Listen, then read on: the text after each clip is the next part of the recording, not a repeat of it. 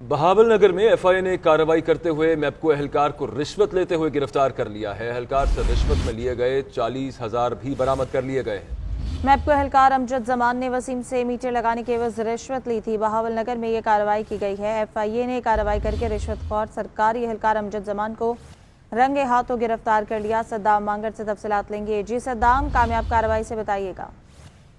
देखिए जी, एफआईए की जानब से बहावलनगर मंडी मदरसा में एफआईए की जानब से कामयाब कार्रवाई करते हुए मैप्को का एहलकार जो है वो रिश्वत लेते हुए रंगे हाथों गिरफ्तार किया है। एहलकार की अमजद जमान ने रिश्वत के लिए 40,000 रुपए जो है वो बरामद कर लिए गए हैं एहलकार से। मैप्को एहलकार अमजद जमान ने वसीम नामी शहरी से मीटर लगाने की एवज जो है वो रिश्वत ली थी। एफआईए ने कार्रवाई करके रिश्वतखोर सरकारी एहलकार अमजद जमान को रंगे हाथों गिरफ्तार किया और रिश्वत में लिए गए 40,000 रुपए भी बरामद कर लिए गए और जो मुल्ज़िम है उसके खिलाफ मुकदमा दर्ज करके मजीद ज़ाब्ते की कार्रवाई शुरू कर दी गई है। जी बहुत शुक्रिया सद्दाम मांगड़।